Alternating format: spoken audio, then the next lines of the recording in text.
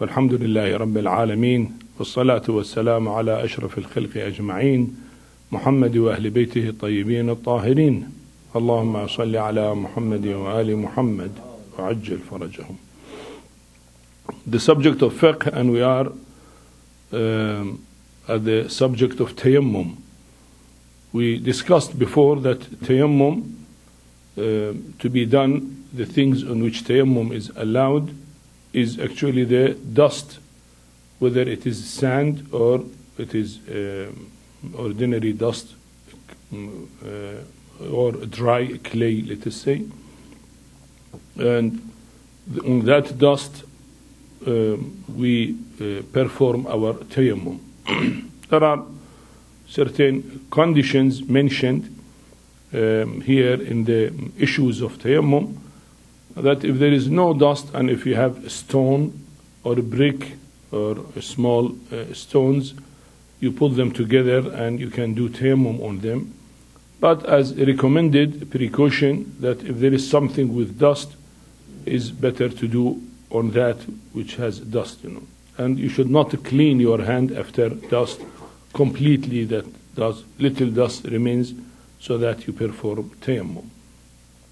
Now there are many issues here mentioned about tayammum, that how to get dust and things like that. Naturally, these are not applicable in the let us say modern cities where there is less dust is there in Western countries, but in Eastern countries, because the weather is always dusty, so you see dust is on the table or on the carpet is there, so that if you hit the carpet you can get the dust up and very clear, unless it is cleaned by Hoover. So he said even that dust is okay. I mean, suppose you do not have dust from outside, but to get it, that dust has to be clean, So if you get some dust from the street which is najis, not allowed, it should be clean, and it should be the ownership should be your ownership. You cannot use ground from somebody's property, and that is usurped.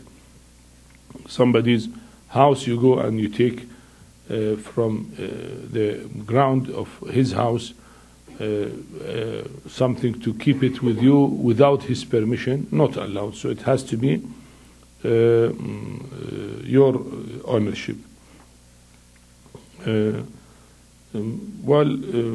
another issue 706, he said on those things that you perform tayammum according to obligatory precaution, it should be with dust, As I said, if possible and available things with dust, fine.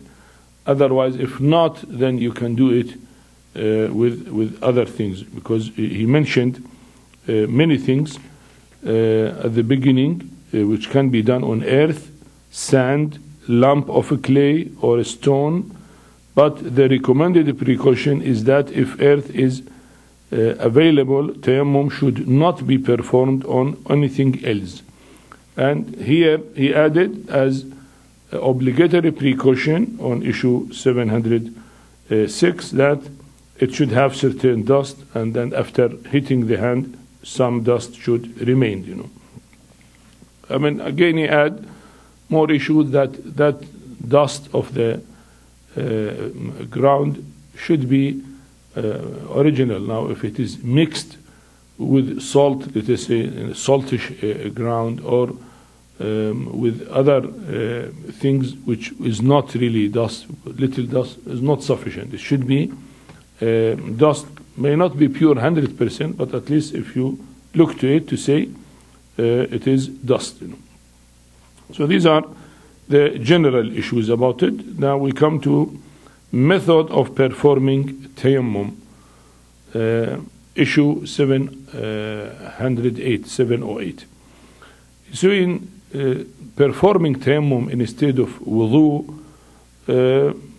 or instead of ghusl, as we said, if we have to perform ghusl and there is no time or water is harmful for us, and we cannot do ghusl, we have to perform tayammum on behalf of ghusl, or tayammum on behalf of wudu if we cannot perform wudu and for any other reason.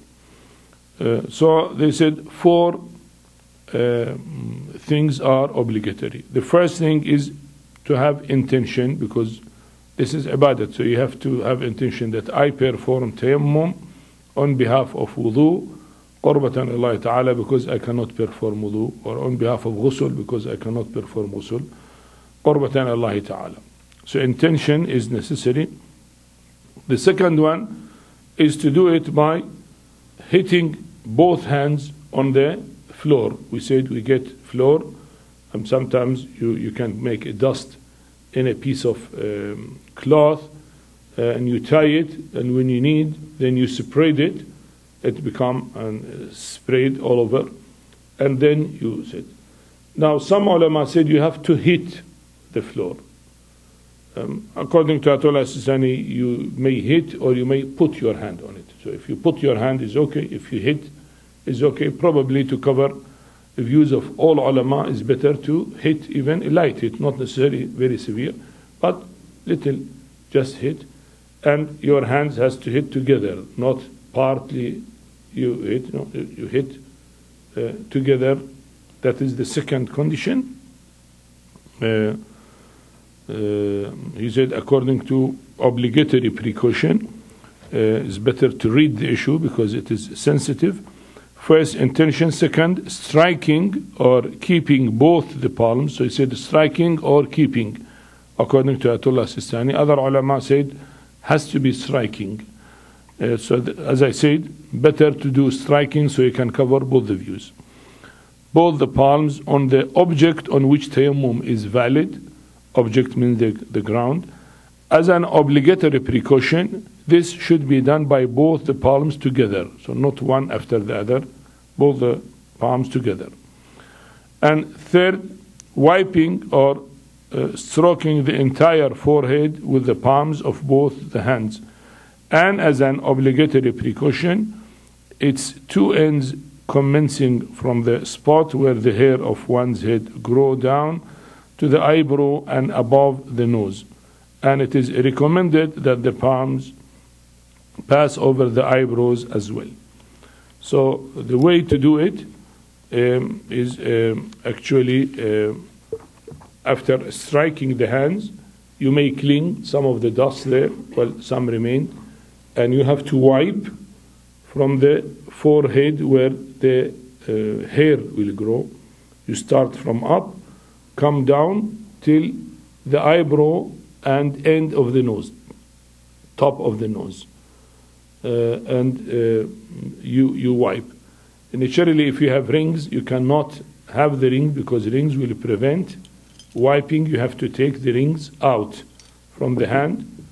You hit, strike, and then you put your hand on the forehead and bring it down to the upper, the nose now down, and the eyebrows.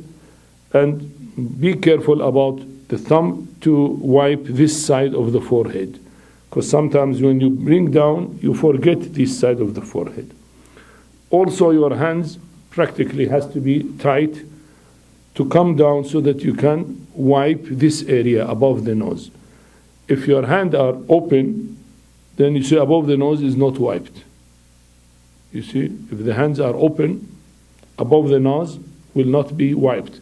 So you have to put the hands together, and when you bring them down, so they are together above the nose, and you continue till here. So actually you wiped the sides and you wiped the nose. As I said, you try it. When you bring down, if your hands are open, you see you wipe the forehead, but above the nose is not wiped, will not reach, you know. So be careful, the hands to be together, bring them down, and then both thumbs, and then wipe till there. So this is wiping the forehead once is sufficient.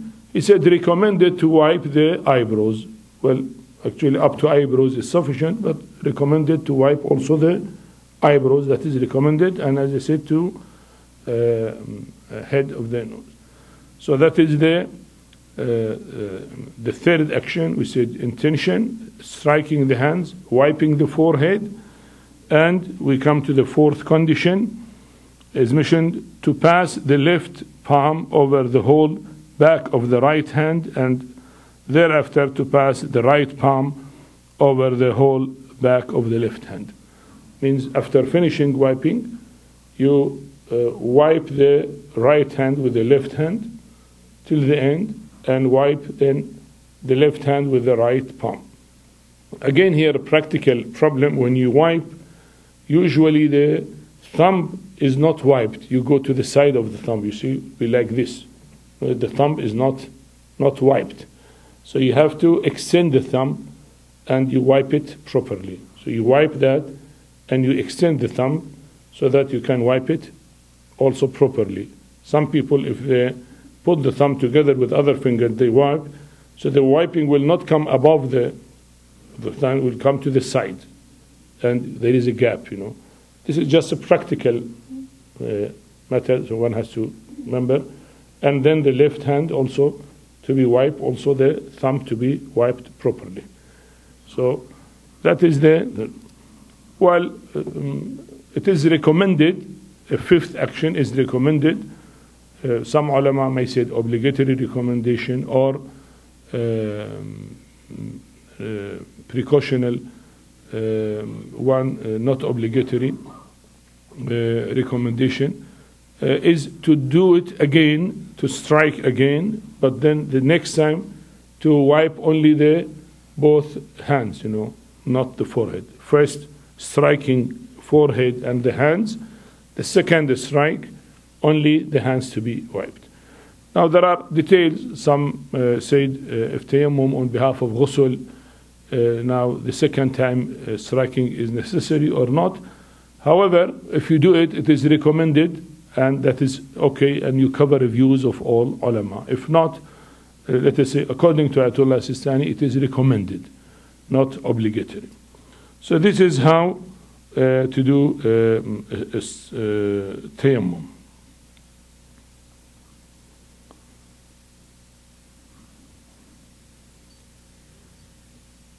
Yeah, so he said in issue 709, according to Ayatullah Al-Sistani, he said the recommended precaution is that tayammum, whether it is instead of ghusl or instead of wudu, should be performed in the following order. First, he or she should strike the hands on the earth to wipe the forehead and the back of the hands, and a second strike the hands on earth and wipe the back of the hands. So that is recommended, not obligatory.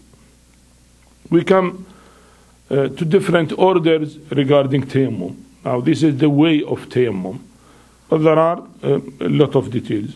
He said if part of the forehead is not wiped properly, then your tayammum is batil. So one has to be careful. All, as I said, you have to be careful that the side and then your hands, these areas, all to be covered. Now, if there is any barrier there, any plaster, any oil paint, anything which prevent you from wiping the forehead, you have to remove that barrier before performing tayammum. So you have to do it completely. If you are not sure that you performed your hands properly, again we said the hand, now the border of the hand exactly from where, you cannot put a sharp line here. So he said if you cannot make it sharp, you go a little higher, it is okay. You take from your forearm, let us say 2-3 centimeters higher, so that you are sure you covered all the hand, you know, because you cannot get sharp line. So you go a little further, and then you can make sure that you have covered the hand. To wipe in between the fingers is not obligatory. To only wipe above the fingers. In between is not obligatory. That is not there. According to precaution that you have to wipe from up down, not from down up. So that is, again, one has to make sure that he starts from forehead from up down. Yeah.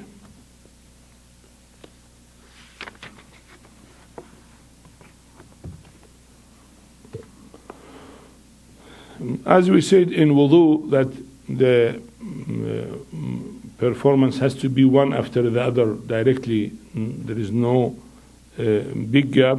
Again, here in tayammum, he said there should be no interruption, you know. So you strike and then you wipe the forehead and the right hand. Not that you wipe the forehead and you get a telephone and you start talking to the telephone. After 5 minutes, you come back and you say that I did wiping the forehead. This is no, there is interruption, not allowed, you know. So one has to be one after the other. Now about the intention, is it necessary before tayammum to say this tayammum on behalf of wudu or tayammum on behalf of ghusl? Is it necessary to appoint which one in advance or not? You can make tayammum for taharat and that is all. So he said in issue 713, it is not necessary to determine while making niyat that a particular tayammum is instead of wudu or ghusl. However, if he has to perform two tayammums, then he must clearly specify which is instead of wudu and which for ghusl. And even if he fails to determine correctly the purpose of one tayammum, which is obligatory upon him due to some error, it will be deemed correct as long as he is aware that he is discharging his religious obligation. You know that this is religious obligation and he's doing it, so that intention is sufficient. But sometimes he has to perform two, as he said, you know, tayammum, one for ghusl and one for wudu. So here he has to appoint which one, the first one for on behalf of ghusl and the second one on behalf of wudu. Is it necessary that our hands and forehead to be tahir before tayammum? As we said in wudu, it should be tahir. In tayammum, to be tahir. He said here in issue 714, as a recommended precaution, not obligatory precaution, the forehead, the palms, and the hands and the backs of the hands of a person wishing to do tayammum should be tahir. So it is recommended to be tahir, but it is not obligatory. Well, because all his palm should wipe naturally if he has rings which prevent, or any plaster or anything in the palms which prevent, he has to remove it so that he make sure of that, you know. Well, if the forehead has an injury or pain and you have put let us say a plaster there, so it is needed because of the injury of the for medical purposes. So he said again here you can do jabira by tayammum. If you cannot remove it, then you do jabira. So you do tayammum, and that tayammum jabira, you wipe over that a plaster which is there for medical reasons. Now some people might have hair in the forehead or in the hands, in the palm. He said that is okay. I mean, that little hair which may grow with some people, it is usually thin hair, and that is okay, will not prevent tayammum.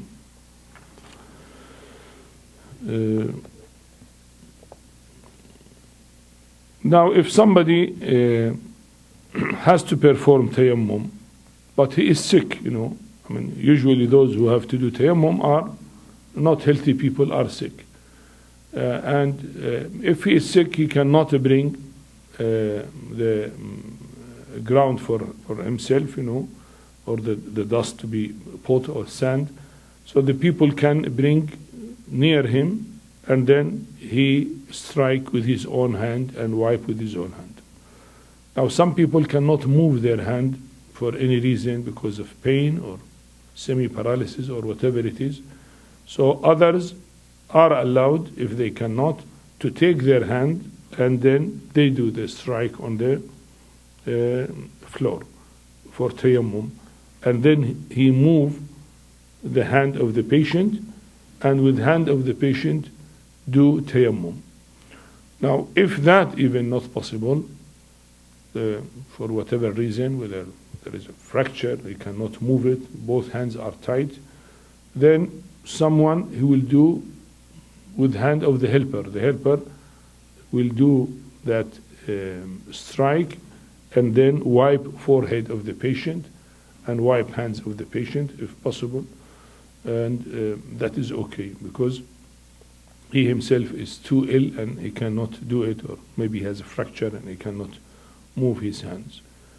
So here are some details for those who cannot do it and they are patient actually. If between activities of tayammum he has doubt that some parts have been wiped properly or not, if he passed the place, he should not care. I mean, if he wiped the forehead and now he is wiping the hand, and then he had doubt whether he wiped forehead properly or not, doubt, not sure. If he's sure, then he has to go back. He said, now because you have passed that action, you should not care about it.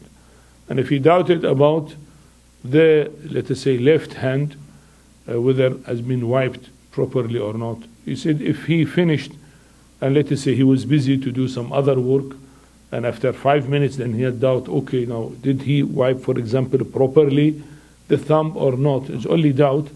He said because he has passed that, he should not do it. But if he's still there, before get busy with other things, then he should do the left hand. These are the general rule which we know that if he passed the place, he should not care about it.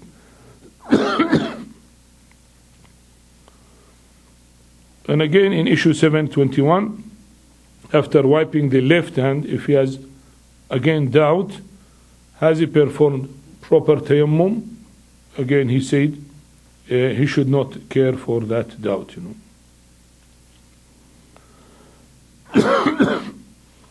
Now in issue 722 he said if you have to perform tayammum and that is your duty to perform tayammum, but you don't know between beginning of the time of the prayer till end of the time, maybe 6, 7, 8 hours are there. So is it allowed to do tayammum right away at the beginning of the time of prayer, to say Dhuhr prayer? Thank you.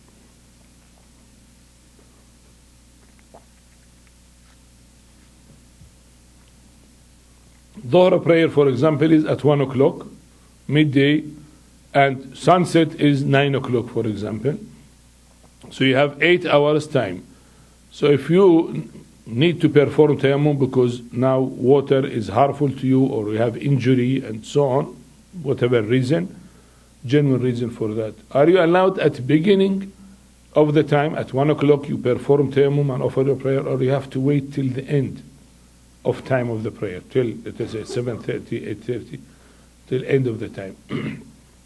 He said, if you have possibility that your reason for tayammum will be removed by time, then you have to wait. I mean, if there is injury and if you wait for 6, 7 hours, then the wound can heal and you can wash it and then you can perform wudu, no problem. So you wait and you offer your prayer at 8 o'clock, 8:30, let us say half an hour before sunset, still is okay.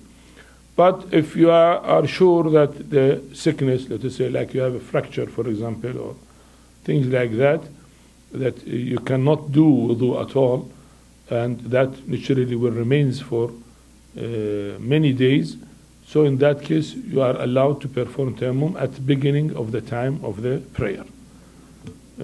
So that is about this issue.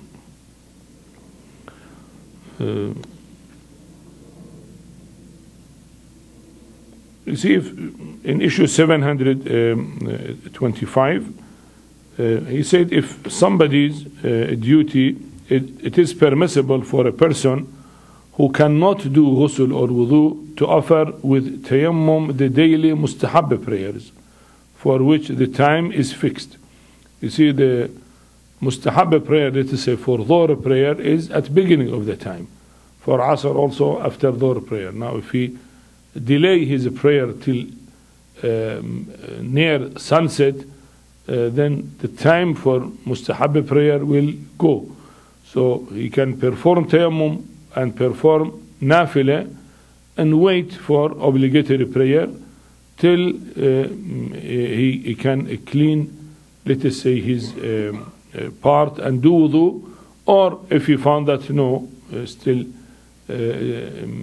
he has to perform tayammum, he cannot use water, then he perform tayammum at the end, you know.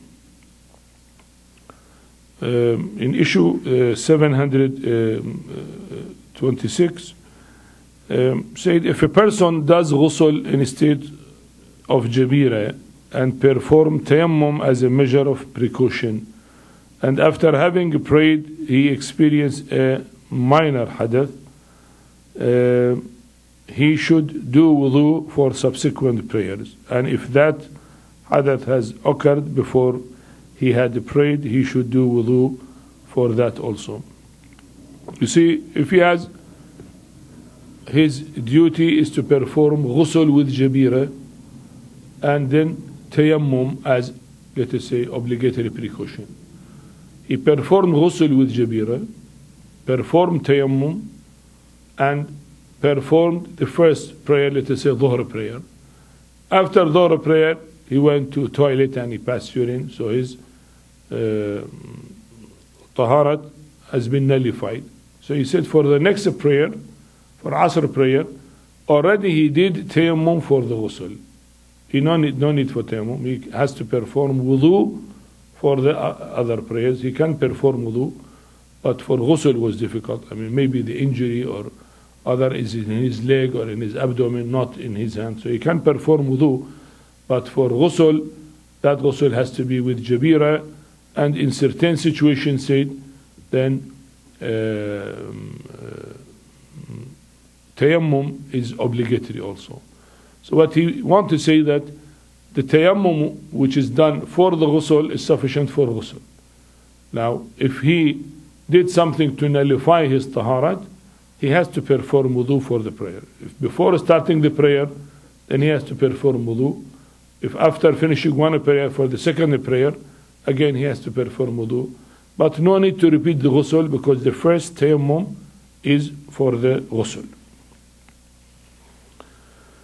You see, in issue 727, if you say because he has no water or some other reason he did tayammum, but if later on he find water, then his tayammum is batil. He thought there is no water around, he performed tayammum, but when he moved around, he found that there is water available. So naturally his tayammum is batil, and he has to perform wudu properly. In issue 728, he said all the things which invalidate wudu, invalidate the tayammum, which is performed instead of wudu also. Similarly, the things which invalidate ghusl, invalidate the tayammum performed instead of ghusl also. So when you have tayammum, whatever invalidate ghusl or invalidate wudu, naturally will invalidate your tayammum also. So if you need, you may perform another tayammum if that is necessary.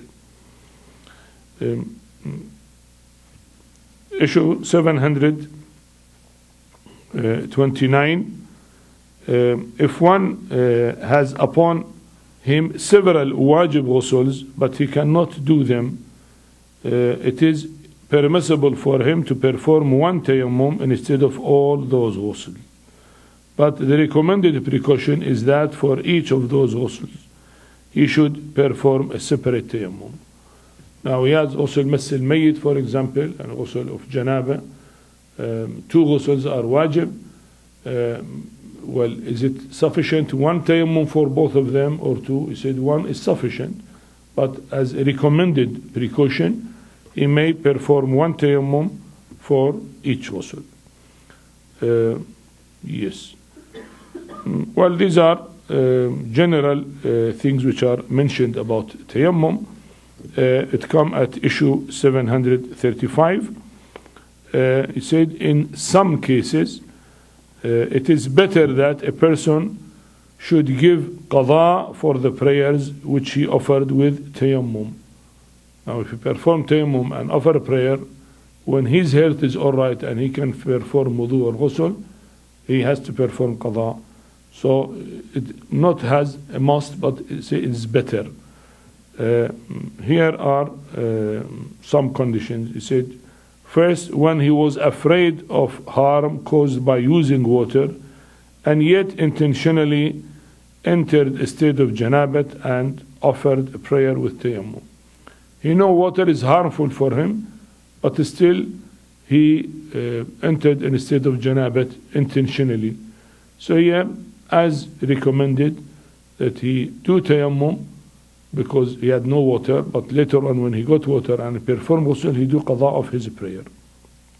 Second, when he knew or suspect that he would not be able to procure water and yet entered the state of janabat intentionally and offered the prayer with tayammum. That he knows or he has a great possibility that he will not find water. Then in that case, then he should not have gone in state of janabat. If he go, then again, naturally his duty is tayammum for the prayer, but he said recommended that when he got water and perform proper ghusl, he do qada of the prayer again. Well, the third, if when he did not go in search of water intentionally, he has no water and he has to search for water, but he said he is lazy and he did not go to search water till end of the time. Now when the time is tight, if he go to search water, then his prayer will be qada. So naturally his duty become tayammum, but tayammum is because he was lazy to search water. It was necessary. Though now his duty is to perform tayammum, but he said it's better when he find water to do qada of this. If he search for water, naturally, not necessary to do qada. While in other case, when he delayed offering prayers intentionally and offered it with tayammum at the end of its time. Now he delayed Dhuhr prayer till there is only 10 minutes for Dhuhr and Asr prayer. And if you go and perform wudu, his prayer will be qada. He delayed it intentionally. So he has to perform tayammum because time is tight and do prayer, but then in this case it's better to do qada of his prayer. And the last one is when he threw away the water, although he knew or suspect that he would not be able to get water, and then offered the prayers with tayammum. He had water, but he just threw the water for no reason, and he said, okay, at time of the prayer, if no water, then tayammum is okay, that will be my duty, so I will perform tayammum. Now, intentionally throw it when he was certain or has a great possibility that there will be no water available for wudu. So these are only, you said, better to perform tayammum and perform wudu and do qada of the prayer, though he has offered his prayer with tayammum. These are general rules and regulations of tayammum. Well, the rest of the issues I think are clear after what I have already explained. One can read the details in the Risala Amaliyah. والحمد لله رب العالمين وصلى الله على محمد وآله الطاهرين اللهم صل على محمد وآل محمد